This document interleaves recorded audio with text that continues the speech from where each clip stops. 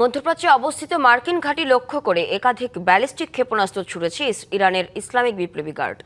আর সব ক্ষেপণাস্ত্র সফলভাবে প্রতিহত করার দাবি করেছে ওয়াশিংটন। স্থানীয় সময় মঙ্গলবার যুক্তরাষ্ট্রের সেন্ট্রাল কমান্ড সামাজিক যোগাযোগ মাধ্যমে জানায়, এটি ছিল মার্কিন বাহিনীর ওপর একটি আকস্মিক হামলার চেষ্টা। ক্ষেপণাস্ত্রগুলো জর্ডানে থাকা একটি মার্কিন ঘাঁটির দিকে ছোড়া হয়েছিল। এদিকে ইরান হুঁশিয়ারি দিয়ে বলেছে, হরমুজ প্রণালীর ওপর নিজেদের নিয়ন্ত্রণ বজায় রাখতে প্রয়োজনে আবারও যুদ্ধে জড়াতে প্রস্তুত তারা। একই দিনে ওয়াশিংটনে বৈঠক করেন মার্কিন প্রেসিডেন্ট ডোনাল্ড ট্রাম্প ও ইসরায়েলের প্রধানমন্ত্রী বেনিয়ামিন নেতানিয়াহু।